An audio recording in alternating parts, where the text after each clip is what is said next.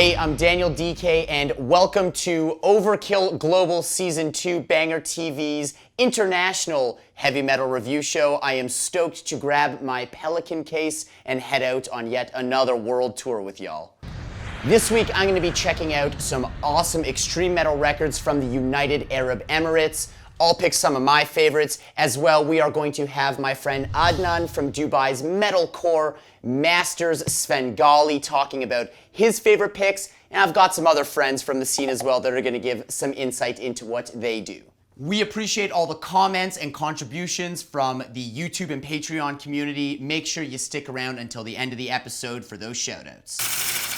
So let's get into it. The United Arab Emirates, only established 50 years ago, December 7th, 1971. For this reason, most of the prolific bands and albums aren't from until the late 90s and early 2000s. However, in the last 10 years, the country has become a hotspot for all sorts of large international touring bands. I'm talking Maiden, Sabbath, Kiss, Motley, Megadeth, you name it, they've been there. And this is only in the last 10 years though. Historically, the region has had its battles with freedom of speech, which results in takedowns of almost any art forms that challenge religion, politics, or anything sexually related. In the context of metal, what that means is that if any citizen complains about any band or any show, that show is going to be canceled. The band will lose its permission to perform. There have been some notable cancellations in the history of the UAE, Vader, Aborted, and Swallow the Sun being some of the more notable ones. It's also regular practice for the shows that do happen in the UAE for there to be lyrical changes. The government will go through the entire set list with a fine-tooth comb. If there's offensive stage props, pentagrams, crosses, pigs' heads, etc., that stuff's not going to be allowed to happen. Here's Moutasem from Metal East Records talking a little bit about his experience in booking shows in the UAE. I have put a lot of shows here in Dubai, from small local gigs to giant like Sepultura. And one thing I can say about the local scene here is it is small but mighty. For example, when Vader's show got cancelled back in 2015, the scene got together and started the fundraiser campaign for us just to help us with the cost lost from the last minute cancellation. It's also interesting to note that there's over 190 nationalities living and working within the UAE, which basically means that all the bands there are made up of people from abroad. Also, there's certainly no shortage of $100 H&M Metallica shirts in the UAE. But if you start to look for it, the gritty, true underground metal scene is alive and well there. Some even like to call it tiny but mighty. To elaborate a little bit on that concept and get into the finer points of the metal scene in the UAE, I'm going to toss over to my friend Adnan from Svengali. Thanks, Daniel. My name's Adnan. I do vocals for the Dubai-based metal band Svengali. I also have a Twitch stream called Unmuted Show. We do a bunch of stuff from podcasts to music streams. Like you said, the country is made up of a bunch of different people from around the world, and this is reflected in the metal that is made here, both lyrics and music. Not surprisingly, a lot of regional, social, and political topics are the main focus in the music that's made here. Over the past decade, the UAE has been the only place where metal can happen openly and freely within the region of the Middle East. So this made the UAE the metal hub of the entire region. With international bands playing shows in the country, this also allowed a lot of local bands to open for these huge names. Back in the late 90s, there weren't too many extreme metal bands, specifically bands with growling. It was such a rare event to put on a show, struggled to find a venue. So you have to understand, back in Dubai, it was something that was unnatural, playing this kind of music. So it had to be somewhat concealed in order to get the word out for these shows. People were extremely hungry for metal. It was such a massive event to put one of these shows on. And we'd have like 50 to 100 people coming in, and every show we'd play, whenever we did play them, you'd see a couple of new faces. I remember one public show we actually played, as soon as I started growling, we saw mothers covering their children's ears and running away. Thank you for that insight, Serge. Thank you for that insight, Adnan. Now let's get into my top 5 extreme metal picks from the UAE. Now reminder, these are not being ranked and presented in any order aside from chronologically in which they came out. We're going to kick things off in 2008 with Nervecell's Preaching Venom, released on Life Force Records. Take a listen.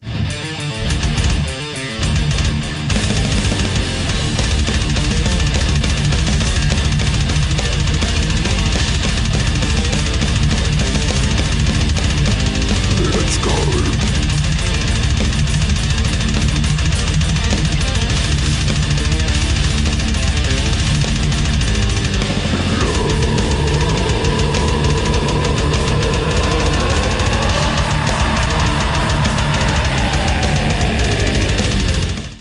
Nervecell formed in 1999. They are considered one of the OG bands from the UAE extreme metal scene. Since Preaching Venom's release, they have been consistently touring. As well, they are one of the only bands from the region to get signed to a larger label. After a demo and an EP, this is the band's first of 3 so far full-lengths. Though the sound is predominantly rooted in traditional death thrash, there are some very well-placed elements of tech as well.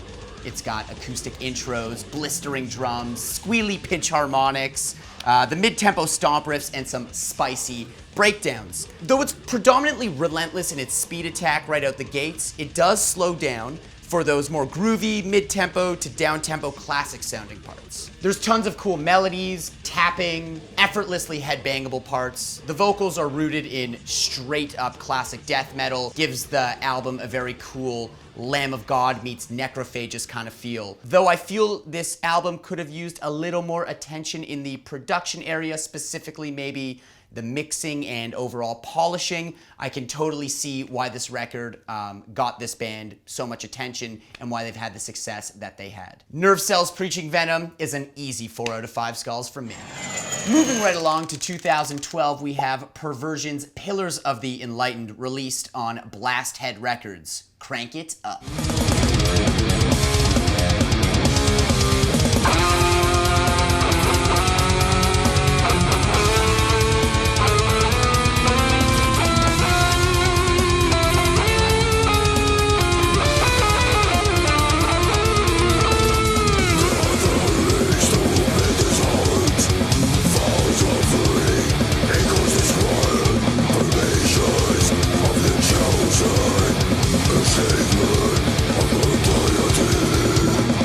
Formed in 2006, Perversion is one of the establishing bands from the UAE and one of the only bands in the region to actually feature an Emirati in the band. Now that's because, fun fact, the expat rate in the UAE is over 88%. That means that all these bands are literally made up of people from abroad. This debut full-length opened a lot of doors for the band, including a really cool one for Mahmoud to play in a supergroup founded by Nadir Sadek, which also features Derek Roddy and Carl Sanders. Now, what's the crazy banger connection to all of this? Alex Zubair from Sam's band Burn to Black and Shredders of Metal Season 1 was also on one of Nadir Sadek's solo records. Alex was well known in the Dubai scene for his band Nephelium before moving to Toronto. Pillars of the Enlightened can be best described as a vulgar display in straight-up death metal with flavors of brutality and old-school thrash metal. It's got fierce riffing, full of 16th note passages, little death metal trills. It also slows down for some of those more sludgy slam riffs, which I am all about. The drums are absolutely pounding with no shortage of blasts and insane kicks. The vocals are consistently raspy, mean, and stick to that chesty mid-range. I highly recommend this album for fans of Suffocation and Grave. Perversion's Pillars of the Enlightened is getting a 4 out of 5 skulls from me. Next up, Aramaic The Fallen, released independently in 2014. Let's take a listen.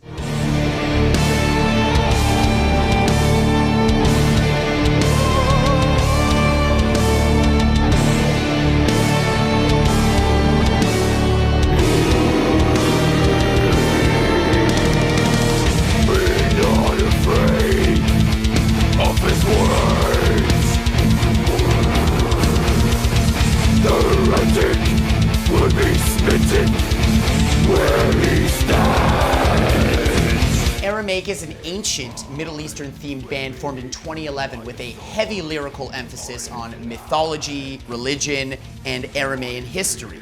The theme also extends into the music as they use more Middle Eastern sounding instrumentation and scales and chants and all sorts of stuff that you don't hear normally. The band name itself refers to the people who lived in the time period of 900 to 700 BC, which the band not only embraces in the lyrical and musical elements, but in their appearance as well. The Fallen is the band's first release, and it tackles social, religious, and cultural issues that align with the collective beliefs of the members of the band. It also carries a distinctly local sound, which might not be as common as you'd think because of that expat ring. The vocals are very extreme and carry a wide range, from low gutturals to high-end blackened shrieks. You've even got some clean screams on there. Overall, the band's musical roots lay in in death metal. There's no denying that. But there's so many unique flavors here, from straight up black metal to Middle Eastern folk music. Definitely an interesting and immersive listen. From all-out blast beat mayhem to clean atmospheric passages, it's got tons of different stuff going on. I kind of like to equate this album to being a perfect storm between everything I love about Behemoth and Orphanland. Aramaic's The Fallen is getting my highest rating in Overkill history,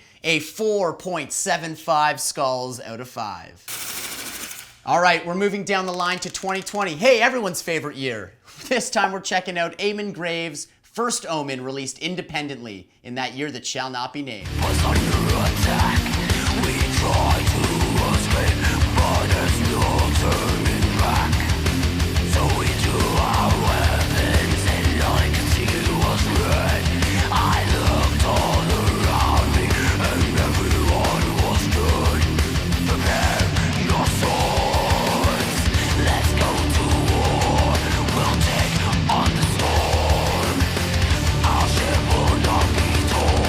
Eamon Graves is a melodic death metal project featuring the only female guttural vocalist in the entire region. Sandy Sin's vocals come off as thick and powerful, but also incredibly clear, crisp, and enunciated. There's even some creepy whisper-style vocals that she absolutely slays and scared the shit out of me. I was actually fortunate to catch up with Sandy and talk to her a little bit about what she does. Being a Middle Eastern woman, it's really important for me to be making music here because I know how challenging it is for other Middle Eastern women to push those boundaries and to get their music out there. Growing up, I was always judged. I didn't get any support from my family. Even now, I don't get that much support. And I know that's the case for a lot of women here in this region. And unfortunately for some women, they feel like they're in danger if, they express themselves and push those boundaries. And the Middle East is already, a tough region for metal, especially being a woman here. But I feel, with my music, if I can inspire other women to do the same thing as I'm doing, and we can make that the norm here in the Middle East, and we keep growing the scene over here, I feel like we can do anything. This debut EP was very well received in the local scene, and it's no surprise why. It's full of catchy songs, melodic hooks, and an overall very mid to up-tempo classic melodeath feel.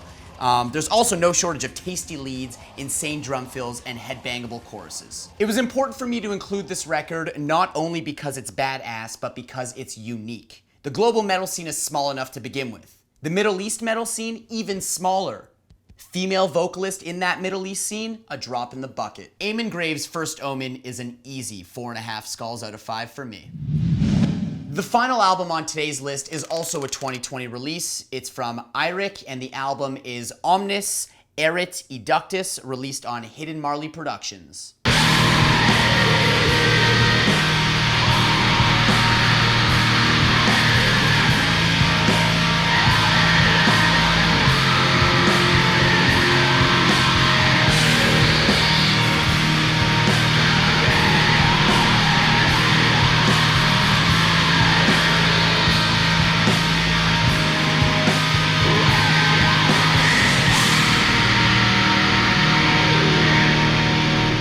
Iric is a one-man black metal band that was in the planning stages for a long time, but finally came to fruition in the hills of the UAE in 2018. What really grabbed me about this project is it's the only one of its kind in the UAE. It's ambient, it's doomy, it's basically DSBM.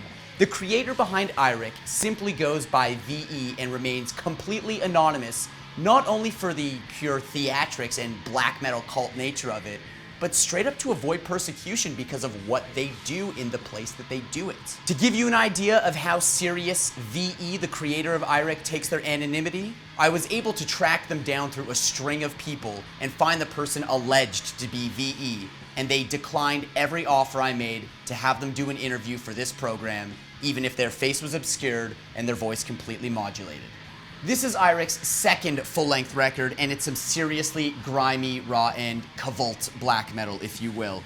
The vocals sound like they're literally recorded through a megaphone, and all the instruments were captured in a dark, wet, uncomfortable dungeon. It's interesting the guitars come through oddly clear for how distorted the actual vocals are and how non-dynamic the drums sound. Classic black metal stuff. It's mostly mid-paced, minor chord kind of, classic black metal riffing, but you do get those bursts of 16th note death metal kind of stuff, and I'm super about it. There's lots of cool layers and sound effects and all sorts of ambient stuff going on. There's even some really creepy keyboard parts that literally sound like John Carpenter himself penned them. While I'm not a huge fan, just in general, of this style of vocal, because it literally makes the lyrics impossible to understand and classic, you can't find the lyrics written anywhere online, I really did want to include this record because it stood out from all the rest of the records, and as a complete package, I really enjoyed what it brought to the table. My rating of Iric's Omnis, Erit, Iductus is a solid 4 out of 5 skulls.